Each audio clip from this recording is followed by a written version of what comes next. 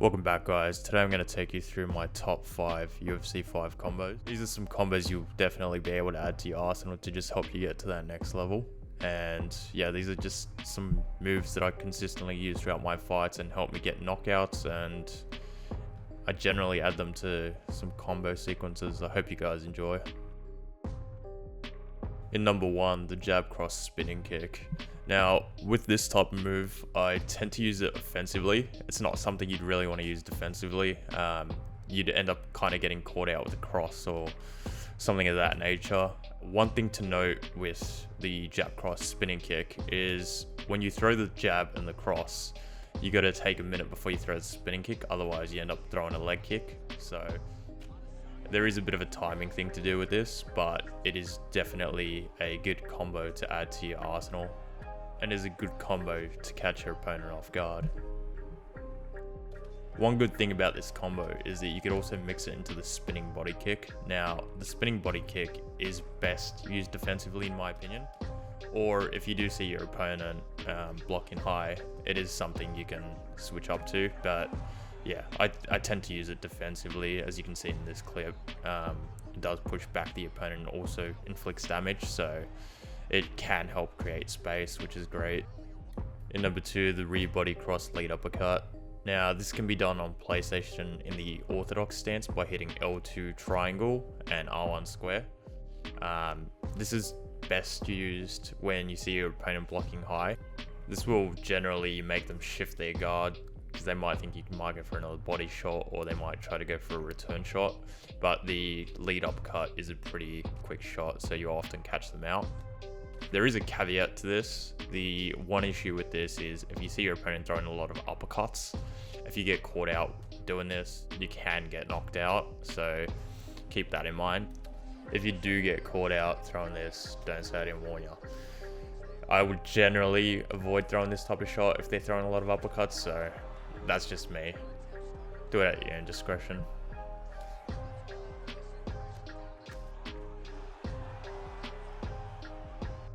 In number 3, we got the lead body side kick into the lead body kick.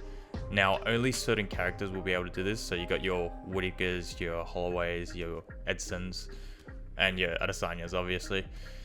With this type of move, it's best not to use it all the time. If you get into a situation where you're working the body quite a bit, it can be useful to mix in.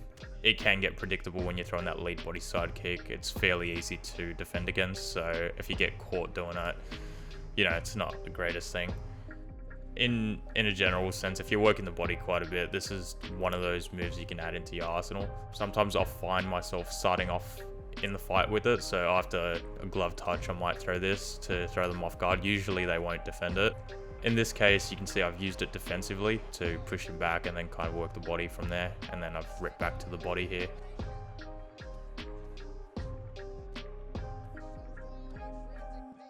In the next clip, I believe, you see me use it at the start of the match, so obviously the glove touch is there and you throw it straight off the bat. Generally they won't defend against this. In this next clip, you'll see me against an aggressive cannoneer player. So this will be a good combo to use if you're trying to break that forward pressure and also the rhythm of the fight.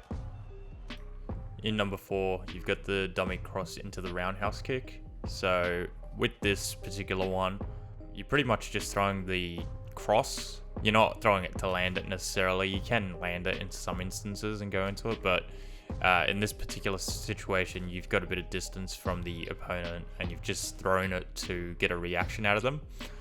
Oftentimes this results in them dropping the guard, so one thing to note is I'll rotate this between the question mark kick and the roundhouse kick. So depending on the situation, if I see them blocking high, it'll be a situation where I might throw in the question mark kick rather than the roundhouse. In this next clip, you'll see an example of it where Whitaker is pretty much blocking high, and I've thrown the question mark kick rather than the roundhouse, and he's dropped his guard. So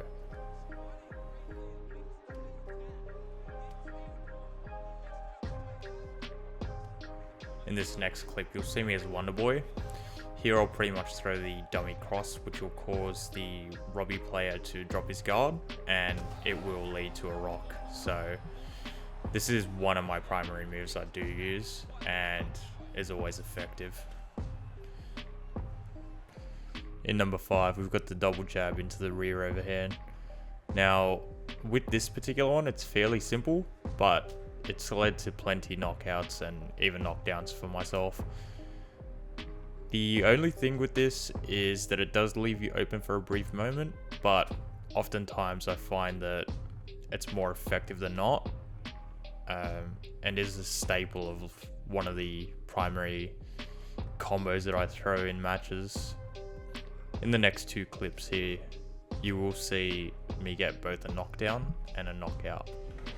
In this next clip, you'll see me playing as Adesanya, and I've already done some head damage to the Yarn player, but this double jab into the overhand led to the knockdown here. In this next clip, you'll see me playing as Calvin, and I will block the high kick and block another high kick, then go into a jab cross to work the head. And here you will see me go into a double jab and overhand to knock out Max. If you guys did enjoy the video, please comment down what you'd like to see next. I'm thinking about doing some more MMA related content, but not specifically to the game. There will be some gameplay and some other stuff, but yeah, just let me know what you guys would like. Please also don't forget to like and subscribe, because those will help the channel grow and will frankly encourage me to do more of this. So I do enjoy it. See you guys in the next video.